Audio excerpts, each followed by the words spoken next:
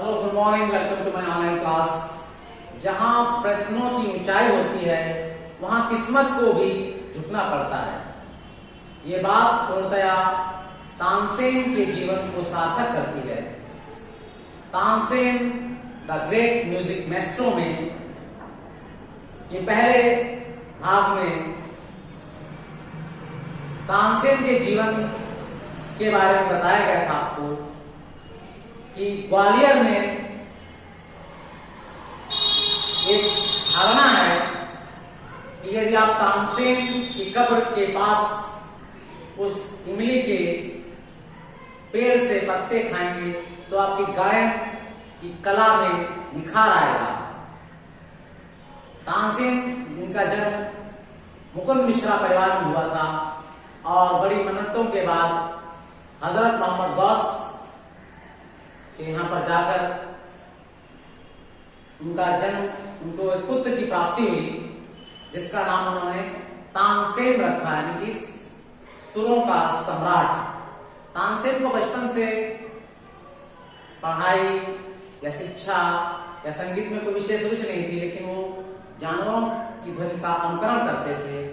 और इसी बीच में जब वो पेड़ पर बैठे थे और वहां से कुछ मुसाफिर गुजर रहे थे तो उन्होंने एक शेर की दहाड़ की आवाज निकाली, जिसको वहां से गुजरने वाले मुसाफिरों ने सही में शेर की आवाज समझकर भागे। और बाद में जब उन्हें पता चला कि ये एक बच्चे की शरारत थी तो वो मुड़कर वापस आए और उन्हीं मुसाफिरों में स्वामी हरिदास जी भी थे। स्वामी हरिदास ने तानसेन से कहा, कम डाउन, नीचे आओ, मैं आपसे नाराज नहीं हूं। I want to talk to you about that road. मैं उस शेर की दहाड़ की आवाज के बारे में तुमसे जानना चाहता हूं। वो आवाज बिल्कुल हूबहू शेर की नकल थी। आपके अंदर एक बहुत अधिक टैलेंट है। तानसेन पेड़ से नीचे उतर आए, हालांकि अभी भी उनके अंदर एक डर था। फिर उस बूढ़े व्यक्ति ने कहा, आई एम गुरु हरिदास। और उन्होंने तानसेन से उनके पिता के बारे में पूछा, who are your parents? I would like to meet them. Guru Haridas was renowned saint and music teacher. और उस जमाने में गुरु हरिदास एक प्रसिद्ध संगीत अध्यापक और संत माने जाते थे। जब तानसेन उन्हें अपने घर ले गए, उनके माता पिता यानी मुकुंद मिश्रा जी ने उन्हें पहचान लिया और अपने आप को सम्मानित महसूस किया। तानसेन जी के गुरु स्वामी हरिदास ने कहा, Mukund Mishra, I have come to talk to you about your son. He has a great talent. He has a range in tone that is true gift from God. I would like to take him with him to my ashram and train him as my shishya. और वहां पर स्वामी हरिदास ने तानसेन के पिता मुकुंद मिश्रा से ये विनती की कि उनका शिष्य बहुत ही योग्य है और वो उसे अपने आश्रम में ले जाकर उसे संगीत की शिक्षा देना चाहते हैं। और इस बात को सुनकर उनके माता पिता खुशीपूर्वक तैयार हो गए। His parents happily agreed to this. At Guru's ashram in Vrindavan, Tansen began learning the traditions of Indian classical music. Starting from the basic sargam, he learned to put the notes together into rag. He also learned the essence of each rag and how to sing it so as to create the right mood at the appropriate time of the day. Guru Haridas taught him the technique of how to make his voice emanate from the pit of his belly and twist the notes of his throat to produce the right sur or note at the high and right pitch.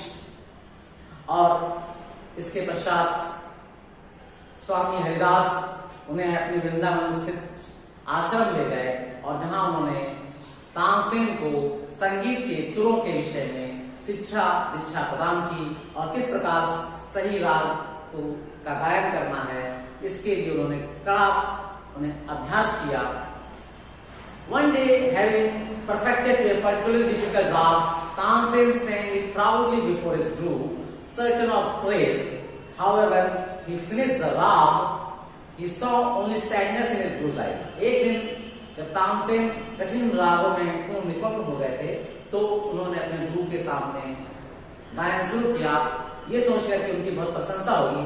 हालांकि जब उन्होंने इस राग को समाप्त किया, तो सिर्फ उन्होंने अपने गुरु जी की आंखों में उदासी ही देखी। Tansen lay down in his tampura and hung his head in shame. Guruji, I am the one at fault. You have been constantly telling me the difference between expression and mere singing of notes. I am the one who did not pay attention. Please tell me again. This time I promise I will listen. Tansen ने जब गुरुजी की उदासी देखी तो उनका सिर नीचे झुक गया और गुरुजी के पास क्षमा मांगते हुए कहा कि मेरी गलती है, आप लगातार मुझे सुरों के गायन और उसकी अभिव्यक्ति के अंतर के विषय में निरंतर बता रहे हैं, मैं ही इसकी ओर ध्यान नहीं दे रहा हूँ, मुझे दोबारा बताइए और मैं ये वादा करता हूँ मैं बड़ी गंभीरता से इस बात को सुनूंगा। Unless the music comes from your soul, it is not music. Guru Haridas told Tansen. गुरु हरिदास ने तानसेन को बताया, जब तक आपके अंतरात्मा से संगीत का प्रभाव नहीं होगा, तब तक वो संगीत नीरसता से भरा होगा। It remains only a combination of notes. Your soul is the true alchemist. आपके अंतरात्मा ही उस सुर को एक सोने के रूप में बदल देती है। Let each note draw its pure expression from your soul. और गुरु जी ने समझाया कि अपने हृदय से, अपनी अंतरात्मा से गीतों को गाइए। From that day, the notes were no longer mere manipulation of the voice. For Tansen, each note became a living, breathing element. उस दिन से तानसेन के लिए वो सिर्फ आवाज का ही खेल नहीं था, बल्कि उसके साथ, संगीत के साथ उनकी आत्मा का भी लगाव और जुड़ाव हो गया।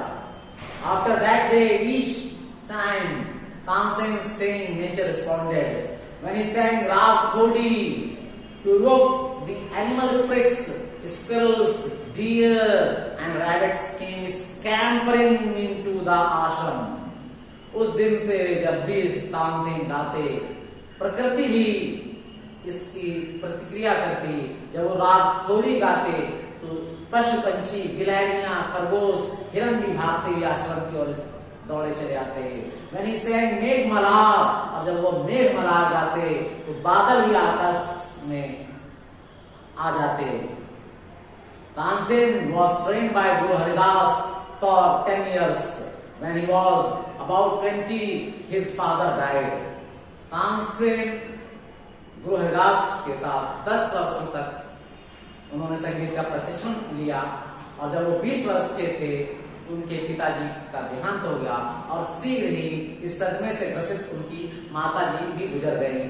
और जैसे कि उनके पिताजी ने कहा था कि मेरी मृत्यु के पश्चात बाबा मोहम्मद गौस के पास ग्वालियर में अवश्य जाना, तानसेन अपने पिता की आज्ञा के अनुसार हजरत मोहम्मद गौस से मिलने ग्वालियर पहुंचे। The old pir was happy to see the boy he had bestowed on Mukund Mishra and to learn that he had received training in music from great Guru Haridas. But now your training in the ashram is over. He is told Tansen, it is time for you to train in the real world. Go and get your guru's permission. फिर वहां पर हजरत मोहम्मद साहब ने उन्हें समझाया कि अब आपको ये अभ्यास का कार्य पूरा हो चुका है, अब आप इस संगीत को दुनिया के सामने रखें। Taking leave from his guru in Vrindavan, Tansen began to live with Mohammad Ghaus. और फिर अपने गुरु से विदाई लेकर तानसेन अब मोहम्मद गौस साहब के साथ रहने लगे। He spent the next 3 years perfecting his skills under Guru's guidance. और 3 वर्षों तक उन्होंने गौस के मार्गदर्शन में संगीत सीखा। During this time, Pir Baba arranged for him to sing in Gwalior's court and also to hear the other musicians there. और इसी समय बाबा मोहम्मद गौस ने ग्वालियर के दरबार में उन्हें भेजा ताकि वो और संगीतकारों के संगीत को भी वहां सुन सकें। Soon, word of Tansen's unique talent spread. The king of Rewa, Raja Ramchand, the patron of music, also heard about Tansen and asked him to be his court musician. Tansen accepted the offer and moved with his family to Rewa. और शीघ्र ही तानसेन की इस अद्वितीय योग्यता के बारे में रीवा के राजा रामचंद्र को पता चला, जो कि संगीत के संरक्षक थे। उन्होंने तानसेन को अपना दरबारी संगीतज्ञ नियुक्त किया और तानसेन ने इस प्रस्ताव को स्वीकार कर लिया और अपने परिवार के साथ रीवा रहने चल दिए। Under Ramchand's patronage, Tansen's music bloomed and he became the king's chief musician. One day Emperor Akbar visited Rewa and Raja Ramchandra asked Tansen to sing at the concert in his honor. और रामचंद्र के संरक्षण में तानसेन का संगीत में अत्यधिक निखार आया और वो राजा के प्रमुख संगीतज्ञों में से एक थे। एक दिन अकबर रीवा पहुंचे और रामचंद्र जी ने तानसेन से संगीत की पेशकश की। उस शाम अकबर ने अपने आप को तानसेन की आवाज में मुग्ध पाया। वो तानसेन की इस संगीत से मोहित हो गए। After that concert, he sat with his eyes closed for long moments, reveling in perfection of his music. Then he thanked Raja Ramchand and congratulated him on having an artist like Tansen in his court. और उन्होंने अकबर ने राजा रामचंद्र को बधाई दी कि तानसेन जैसा महान संगीतकार उनके दरबार में है। Upon returning to Agra, Akbar sent Ramchand's message requesting him to send Tansen to his imperial court. To refuse was impossible. Therefore, Raja Ramchand sent Tansen as a gift to Emperor Akbar. और अकबर इस तत्पश्चात वापस जब अपनी राजधानी आगरा पहुंचे तो उन्होंने रामचंद्र से ये विनती की कि वो तानसेन को उनके शाही दरबार में भेजें और रामचंद्र ऐसा इनकार नहीं कर पाए और उन्होंने तानसेन को सम्राट अकबर को उपहार में दे दिया। इन Agra, the capital city of Mughals, Tansen was given a warm welcome. Akbar embarrassed him and introduced him to his court officials and musicians. और आगरा जो कि अकबर के समय और मुगलों के समय राजधानी थी, तानसेन का बहुत ही गर्मजोशी से स्वागत किया गया। अकबर ने उन्हें गले लगा लिया और उन्हें अकबर के दरबार के अधिकारियों और संगीतकारों से उनका परिचय कराया। The following morning, Tansen received a message from Emperor requesting him to perform at a celebration that evening. और अगली सुबह सम्राट अकबर ने उनसे विनती की कि वो एक संगीत उत्सव में अपने गायन से श्रोताओं का मन मोह ले। Tansen knew that his performance would be the test of all his years of training. His wife Hussaini asked him, "What rag will you sing tonight?" Tansen जानते थे कि ये संगीत का समारोह उनके अभ्यास की परीक्षा होगी और उनकी पत्नी हुसैनी ने उनसे उस रात पूछा भी था कि कौन सा राग वो गाएंगे। तानसेन ने जवाब दिया, "I want to sing the rag I have been composing for this occasion. I will name it today in Akbar's Darbar's court. In fact, I think I will call it Rag दरबारी कन्नड़ा." और उन्होंने कहा कि मैं वर्षों से एक राग के बारे में सोच रहा था और आज मैं इस राग को अकबर के दरबार में गाऊंगा। वास्तव में मैं इस राग का नाम उन्होंने दिया राग दरबारी कन्नड़ा।